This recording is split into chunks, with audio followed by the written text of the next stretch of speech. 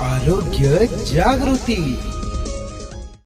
Sir, आज वैष्णवी तिच्या दोन्ही पायावर उभी राहिली. आज आपल्यातर्फे काय शुभेच्छा द्या? वैष्णवीची जे स्टोरी आहे, वैजापूर ब्लॉकमध्ये ते मुली शिकत आहेत आणि वैजापूरचे आमचे जे शिक्षक होते त्यांनी लोकसहभागातून त्यांची मदत केलेली आहे आणि आज त्यांचे आई वडील आणि स्वतः वैष्णवीसोबत आमची चर्चा झाली. त्यांच्या जे जन्माच्या वेळी जे अपघात झालेला होता आणि आता त्यांना जे मदत शिक्षकांनी केलेली आहे ज्याच्यामुळे ते दोन्ही पायावर उभं राहू शकलेली आहे.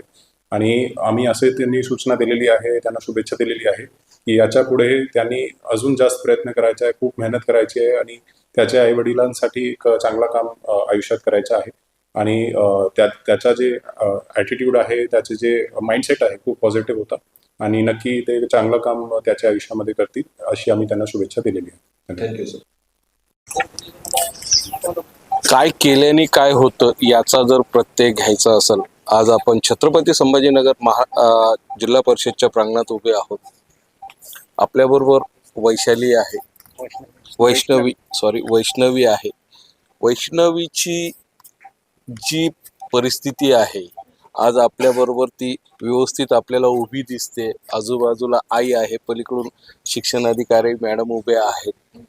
पण ही परिस्थिती अशी नव्हती. लहानपणीच तिला एक अपघात झाला, त्याच्यात तिचा एक पाय गमावला गेला होता. त्यानंतर पायावर उभं राहणं, आपण एक सहज म्हणतो स्वतःच्या पायावर उभं राहणं, ती तिच्या दोन्ही स्वतःच्या पायावर उभी नव्हती. पण काही लोकांनी परिश्रम घेतलेत, काही मदत झाल्यात, काही तिन्ही मनापासून हे घेतलंय मनात का नाही मला माझ्या स्वतःच्या पायावर उभं राहायचंय. आज ती स्वतःच्या पायावर आपल्याला उभी दिसतीये. बघा, पुढचं आपल्याला आपण सांगणारच आहोत. यामध्ये पुढे आहे खरी काय आहे हे आपण सांगणार आहोत. आपण तिच्या आई आहात, काय सांगाल, काय विषय झाला पूर्ण? वजन कमी असल्यामुळं काचेच्या पेटीत ठेवावं लागलं. त्याच्यानंतर मग ते डॉक्टरच्या गलतीमुळे पाय पूर्ण जळून गेला होता. पहिले पोटावर पडला, नंतर पायावर पडला. पहिले पोट जळलेलं होतं, त्याच्यानंतर मग पाय जळायला. मग त्यांनी आम्हाला पॅडमध्ये झाकून गाडीमध्ये म्हणजे बाहेर काढून दिलं. गाडी पण नाही दिली त्यांनी आम्हाला. आम्ही दुसरी गाडी लावून तिला नेलं. म्हणजे तुम्हाला सांगितलंही नाही का त्यांच्याकडून काही नाही. घडली, दुर्घटना घडली आहे? नॉर्मल घटना घडली असं बोलले, जास्त काही नाही सांगितलं. आपण वडील आहात, काय झालं होतं नेमकं? सकाळी तिचा जन्म आहे ना, सकाळी 9 दरम्यान झाला होता. त्यांनी सांगितलं बाबा बाळाचं वजन कमी आहे तर तुम्ही काचेच्या पेटीत ठेवा म्हटले. तर आम्ही म्हटलं हो, आम्हाला काही आयडिया नव्हती. ठेवलं त्यांनी काचेच्या पेटीमध्ये आणि संध्याकाळी ती अशी घटना घडली. त्यांनी आमचे एक शेजारी त्यांना कळवलं का पण नॉर्मल चटका बसला म्हणे, तुम्हाला संभाजीनगरला घेऊन जायला मग चेकअप करायसाठी. त्यांनी तिला पूर्ण कापसाचं त्यांनी पूर्ण पॅक केलं होतं. तर त्यांनी सांगितलं संभाजीनगरला डॉक्टर कानन येळीकर यांच्याकडे घेऊन जावा. त्यांनी चेक करतात त्यांनी सांगितलं का हे पेशंट माझ्याकडून कव्हर होणार नाही, पूर्णपणे बर्न झालं तिचा पाय, तुम्हाला याला पर्याय बाकीचं आमच्याकडे कुठं नाहीच. मग आम्ही घाटी हॉस्पिटलमध्ये नेऊन डॉक्टर धनंजय यांचे संपर्क साधून त्यांनी कळलं की याचा पाय पूर्ण बर्न झालेला आहे आणि हा पाय काढले खूप पर्याय नाही. जर याला विलंब जर लावला पाय करण्यास तर मुलगी दगावू शकते. ज्यावेळेस हा प्रकार झाला ते किती दिवसाची होती? ती 1 दिवसाची होती. फक्त 1 दिवसाची होती, नंतर पूर्ण पाय कापावा लागला. पूर्ण कापायला लागला. तर जसं डॉक्टर धनंजय सरांचं म्हणणं असं आलं तर हिचं वजन जर कमी आहे तर मग ही तिचा पाय पूर्ण बर्न झाला तर ही त्यावेळेस का दगावली नाही. ही डॉक्टरांच्या चुकीमुळे डॉक्टरांनी फक्त पैशासाठी डॉक्टरांनी काय केलंय का बाबा त्यांचा एक धंदा झालाय म्हटले हा का बाबा त्यांनी पैशासाठी पेटी काची पेटी ठेवलंय. तरी इतका पाय जर बर्न होतोय तर बाळ त्यावेळेस का दगावला नाही. मग त्याच्यानंतर पुढे कारवाई कशी झाली? कारवाई जर आता मला द्यायचं का मी समजा संभाजीनगरला मी 3 महिने होतो या घाटीमध्ये आणि घाटीत असल्यामुळे आम्हाला बाकी डॉक्टरला आम्ही जाऊन भेटलो म्हणजे तिकडे काका वगैरे. तर त्यांनी सांगितलं बाबा हे आमच्याकडे झालेच नाही. झालेलं नाही म्हटलं तर म्हटलं असंच नाही होणार. तुम्ही आम्हाला आमच्या बाळाच्या आईचं सिजर झालेलं असताना त्यांनी आम्हाला घरी ॲम्ब्युलन्स पण दिली नाही, त्यांनी म्हणजे काढून दिलं. त्यांनी आमच्या वैजापूरचे काही राजकारण्यांना भेटून त्यांनी सांगितलं बाबा ती घटना झाली, ती घटना घडली, ती तिला नाही होला ॲक्सिडेंट झाला म्हटलं. ते तुम्ही आम्ही लोक न्याय द्या. त्यांनी आम्हाला कुठल्याही प्रकारचा न्याय दिलेला नाही. आज ती किती वर्षाची आहे? आज ती 17 वर्षी झाली. 17 वर्षापासून आपण संघर्ष केलाय, खूप संघर्ष केलाय. आज कुठे तुमचा संघर्ष फळाला आलाय असं वाटतंय का? हो. काय झालं तिला आता आम्ही 17 वर्ष आम्ही खूप परिश्रम घेऊन आज ती 10वीला आहे.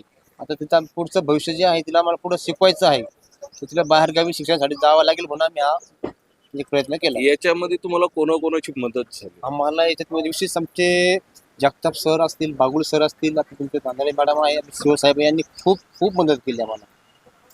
आज ती चालू आज शकते. ती चालू शकते. आज ती मुंबईहून तिच्या पायाने ट्रेनमध्ये स्वतः आलेली आहे.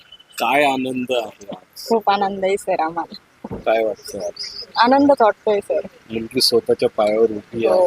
आहे, जीवन मरणातून पुढे आली, आज हो, सर. 17 वर्ष वयाची झाली आहे, स्वतःच्या पायावर उभी राहिली. हो. काय वाटतं? खूप आनंद होतोय सर आम्हाला. आपल्याला या कामी भरपूर जणांनी, सामाजिक कार्यकर्ते असतील, अधिकारी असतील, यांनी मदत केली आहे. त्यांचं ऋण फेडलं जाईल असं वाटतंय. नाही फेडलं जाणार सर. तर ऊन फेडणे इतकं त्यांनी इथं जास्ती जर दोन्ही पायावर उभी आहे, जास्ती उभी झाली, ते ऋण फेडण्याचं असं हेच नाही सर. कारण आज तिला पाय नव्हता, ते आज तिच्या स्वतः तिच्या अधिकाऱ्यांनी सगळ्यांनी सहकार्यांनी सहकार्य केल्यामुळे आज तिच्या पायावर उभी आहे आणि तिच्या पुढची ती जी आज भविष्य ती घडू शकते. बेटा, काय भावना आहेत? आज 17 वर्षे तू संघर्ष केलाय. हा संघर्ष साधा सुद्धा नव्हता. त्या संघर्षातून आज तू उभी राहते. काय वाटतं? सर खूप आनंद होतोय. सरांनी बी खूप मदत केली. मी एका पायावरती जंप करून चालत होते, त्यावेळी मला खूप त्रास व्हायचा, पण मी ते मनाला लावून नाही घेतलं. आणि आता मला आनंद होतोय की सरांनी माझ्या पालकांनी आणि सगळ्यांनी मदत केली. सगळ्यांनी मदत केली म्हणून आज तू दोन्ही पायावर उभी आहे. तू सगळ्या गोष्टीवर मात करून इथपर्यंत आली आहे. भविष्याचा वेध कसा घ्यायचा आता? आता खरी सुरुवात आहे. Yes sir. काय वाटतं? सर मी माझ्या लाईफमध्ये काहीतरी बनवायचं ठरवलेलं आहे, पण मी असं बनणार आहे की सरांचं, आईवडिलांचं नाव खूप मोठं करणार. बनणार आहे, पण काही विचार केला. आज तू 17 वर्षाची, आज आयुष्याच्या एका टर्निंग पॉइंटवरती उभी आहे. काय वाटतं? सर आनंद होतोय की म्हणजे मी अगोदर एका पायावर चालत होते, आता दोन्ही पायावरती चालू शकते. असं वाटतंय का आज मी ज्या त्रासातनं निघाले, ज्या गोष्टीतनं मला त्रास झाला, ज्या गोष्टी माझ्या बाबतीत घडल्या, उद्या मी या कोणाच्या बाबतीत घडू नये, आणि जर कोणी असेल तर त्याला मी मदत करू शकते, एवढं कॅपेबल मी बनावं, ही भावना आहे का? हो आहे त्याच्यासाठी काय बनावं असं तुला वाटतंय? सर. मी म्हणजे माझ्या भावना असं दुसऱ्याला व्यक्त नाही करू शकत. काय म्हणजे दुसऱ्यांचं बघणं हे इम्पॉसिबल आहे. म्हणजे माझ्यावरून हे झालेलं, त्याच्यामुळं म्हणजे असं दुसऱ्यांना काही प्रॉब्लेम असेल तर त्यांना सॉल्व करू शकते. असं आयुष्यात काय बनावं असं तुला वाटतं? सर असं मोठा माणूस बनावा, सगळ्यांशी मदत आणि सगळ्यांशी नीट बोलावं असं. तुला या प्रकरणात तुझ्या आई वडिलांनी तर केले, पण आई वडिलांसहित अनेक दानशूर व्यक्ती असतील, सामाजिक कार्यकर्ते असतील, अधिकारी असतील, तुझे गुरुवर्य असतील, यांनी मदत केली. यांच्या मदतीचा साभार म्हणून परतफेड कशी करावी? काय सर आभार कसे मानावं तेच कळत नाही. शब्दच नाहीत. हा. खरोखर शब्द अपुरे पडतात, यात वाद नाही. Yes sir. चला, तुला खूप खूप शुभेच्छा आमच्याकडनं. Thank you sir. आज तू तुझ्या दोन्ही पायावर उभी आहे. थँक्यू. भविष्यात एवढी मोठी हो का तुझ्याकडे कोणी आलं तर तू कोणाला तरी मदत करू शकेल. हो सर. चला, आज आपण बघता आहात ती तिच्या दोन्ही पायावर उभी आहे. आज सामाजिक कार्यकर्ते असतील, तिचे गुरुवर्य असतील, तिचे पालक असतील, तिचे आई वडील असतील, सामाजिक कार्यकर्ते असतील, सढळ हाताने सर्वांनी मदत केली. आज ती तिच्या पायावर उभी राहिली. हीच खरी जनसेवा समजावी. सर, पायावर उभं करणं काय असतं आणि माणसातला देव काय असतो हे आज साक्षात आम्ही बघतोय. आमच्या माध्यमातून सर्व जनताही बघेल. काय वाटतं? सर, देव ही संकल्पना ही फार मोठी झाली माझ्यासाठी, परंतु निश्चितपणे हे आमचं विशेष शिक्षक म्हणून मी माझी भूमिका त्या मुलीप्रती पार पाडली. सगळ्यात महत्त्वाचं, तिला तिच्या नसलेल्या पायामुळं शारीरिक अनेक अडचणींना सामोरं जावं लागत होतं आणि त्या अडचणी इतक्या क्रिटिकल होत्या की तिला पाय मिळवून देणं अतिशय महत्त्वाचं होतं. आणि म्हणून लोकसहभागातून आणि अधिकाऱ्यांच्या मदतीने सर्व ही घडून आणलं. आणि मी एकटा असा कोणी जबाबदार माणूस नाही आहे, परंतु तुमच्यासारख्या सर्वांची मदत त्या लेकराच्या ह्या सगळ्या परिस्थितीला बघून मिळाली. आणि म्हणून करता हे सगळं सक्सेस झालं, यशस्वी झालं. निश्चितपणे तुमच्या सर्व सामाजिक संघटना असेल किंवा सामाजिक जे दानशूर लोक असतील, या सगळ्यांच्या पाठिंब्यामुळं, सगळ्यांच्या सहकार्यामुळं हे सगळं व्यवस्थितरित्या घडून आलं. नाही सर, पण सुरुवात कोणीतरी करायला पाहिजे. आपल्याकडे असं म्हणतात सुरुवात व्हायला पाहिजे, शेवट आपोआप होतो. तुम्ही सुरुवात केली ही खूप महत्वाची होती, असं वाटत नाही का? निश्चित सर, ती सुरुवात करणं यासाठी महत्त्वाचे वाटलं की आईची व्यथा होती. एका आईला असं वाटत होतं की माझ्या बाळाला एक पाय नाही आहे हे मान्य आहे. आत्तापर्यंत मी ते 16 वर्ष मान्य केलं, परंतु त्या पायाच्या कारणास्तव माझ्या लेकराच्या गर्भपिशवीला, माझ्या लेकराच्या मणक्याला जर अडचण येणार असेल तर तिला पडलेला, त्या आईला पडलेला प्रश्न हा सोडवायचा होता. आणि तो प्रश्न सोडवणं महत्त्वाचा होता. आणि म्हणून तो पाय दिल्यानंतरच त्या पायाचा बेस पक्का होऊन ती जर दोन्ही पायावर उभी राहिली तर तो शरीराचा बॅलन्स झाल्यानंतर इतर प्रॉब्लेम सॉल्व्ह होणार होते. म्हणून करता हे सगळं युद्ध पातळीवर आम्हाला डिसिजन घ्यावे लागले. असं म्हणतात का बा शरीराचं अपंग असलेलं चालतं, मनाचं अपंगत्व नसावं.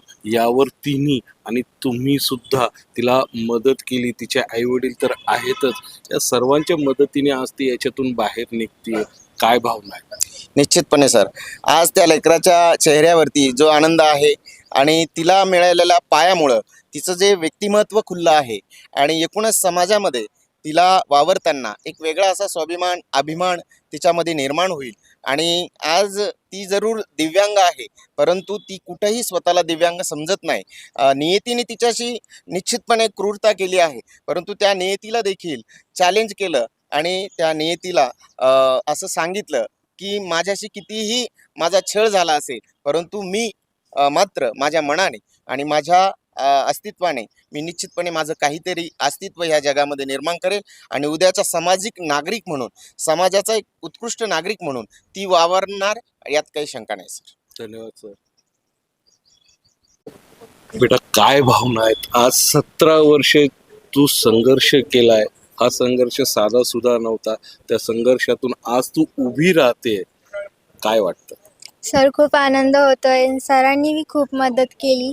मी एका पायावरती जंप करून चालत होते, त्यावेळी मला खूप त्रास व्हायचा, पण मी ते मनाला लावून नाही घेतलं.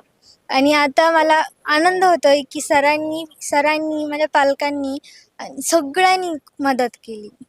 सगळ्यांनी मदत केली म्हणून आज तू दोन्ही पायावर उभी आहे. तू सगळ्या गोष्टीवर मात करून इथपर्यंत आली आहे. भविष्याचा वेध कसा घ्यायचा आता? आता खरी सुरुवात आहे. Yes sir. काय वाटतं? सर, मी माझ्या लाईफमध्ये काहीतरी बनवायचं ठरवलेलं आहे, पण मी असं बनणार आहे की सरांचं, आईवडिलांचं नाव खूप मोठं करणार. बनणार आहे, पण काही विचार केलाय? आज तू 17 वर्षाची, आज आयुष्याच्या एका टर्निंग पॉइंट वरती उभी आहे. काय वाटतं? सर, आनंद होतोय की म्हणजे मी अगोदर एका पायावर चालत होते, आता दोन्ही पायावरती चालू शकते. असं वाटतंय का आज मी ज्या त्रासातनं निघाले, ज्या गोष्टीतनं मला त्रास झाला, ज्या गोष्टी माझ्या बाबतीत घडल्या, उद्या मी या कोणाच्या बाबतीत घडू नये, आणि जर कोणी असेल तर त्याला मी मदत करू शकते, एवढं कॅपेबल मी बनावं, ही भावना आहे का? हो, आहे. त्याच्यासाठी काय बनावं असं तुला वाटतंय? सर, मी म्हणजे माझ्या भावना असं दुसऱ्याला व्यक्त नाही करू शकत. म्हणजे दुसऱ्यांचं बघणं हे इम्पॉसिबल आहे. म्हणजे माझ्यावरून हे झालेलं, त्याच्यामुळं म्हणजे असं दुसऱ्यांना काही प्रॉब्लेम असेल तर त्यांना सॉल्व करू शकते. असं आयुष्यात काय बनावं असं तुला वाटतं? सर, असं मोठा माणूस बनावा, सगळ्यांशी मदत आणि सगळ्यांशी नीट बोलावं. असं तुला या प्रकरणात तुझ्या आई वडिलांनी तर केलेच केले, पण आई वडिलांसहित अनेक दानशूर व्यक्ती असतील, सामाजिक कार्यकर्ते असतील, अधिकारी असतील, तुझे गुरुवर्य असतील, यांनी मदत केली. यांच्या मदतीचा साभार म्हणून परतफेड कशी करावी काय? सर आभार म्हणजे कसे मानावं तेच कळत नाही. शब्दच नाहीत. हा खरोखर शब्द अपुरे पडतात, यात वाद नाही. Yes sir. चला, तुला खूप खूप शुभेच्छा आमच्याकडनं. Thank you sir. आज तू तुझ्या दोन्ही पायावर उभी आहे.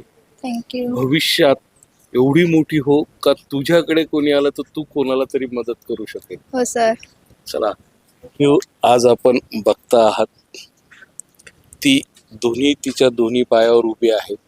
आज सामाजिक कार्यकर्ते असतील, तिचे गुरुवर्य असतील, तिचे पालक असतील, तिचे आई वडील असतील, सामाजिक कार्यकर्ते असतील, सढळ हाताने सर्वांनी मदत केली. आज ती तिच्या पायावर उभी राहिली. हीच खरी जनसेवा समजावी.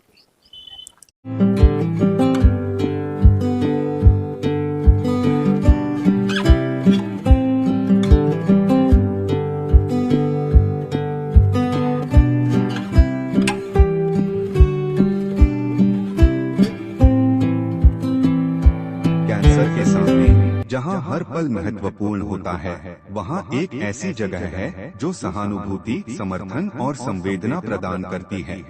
आपका स्वागत है उम्मीद पैलिएटिव कैंसर केयर सेंटर में, जहां हम सहानुभूति और विशेषज्ञता के साथ देखभाल को नया रूप देते हैं। यहां हमारी समर्पित चिकित्सा पेशेवरों, योगदानकर्ताओं और देखभालकर्ताओं की टीम अपने रोगियों के जीवन की गुणवत्ता को बढ़ाने के लिए दिन रात मेहनत करती है। यह सिर्फ रोग का इलाज करने के बारे में नहीं है, यह समझने के बारे में है कि सफर क्या है। हम संकट समाधान देते हैं और समय को बेहतर बनाते हैं। दर्द प्रबंधन से लेकर भावनात्मक समर्थन तक हम अपनी सेवाएं प्रत्येक व्यक्ति और उनके परिवार की विशेष आवश्यकताओं के अनुसार व्यवस्थित करते हैं। हमारे संपूर्ण देखभाल दृष्टिकोण में चिकित्सा देखभाल को कला और संगीत जैसी थेरेपियों के साथ जोड़कर एक समर्थनमय वातावरण प्रदान करता है, जहां उपचार की प्रक्रिया फलने की संभावना होती है। पेशेंट केयर गिवर हमें उम्मीद पैलिएटिव कैंसर केयर सेंटर में इलाज ही नहीं, एक समुदाय मिला जो हमारी समझता है और परवाह करता है। हमारी स्थानीय उपलब्धियों में स्थान हमारी स्थिति को शांति और समृद्धि देने वाली एक संबल परिसर है। हर पल को महत्व देने के हमारे मिशन में शामिल हो। साथ में हम कैंसर से जूझ रहे लोगों को आशा, गरिमा और समर्थन प्रदान कर सकते हैं। साथ में हम बदलाव ला सकते हैं।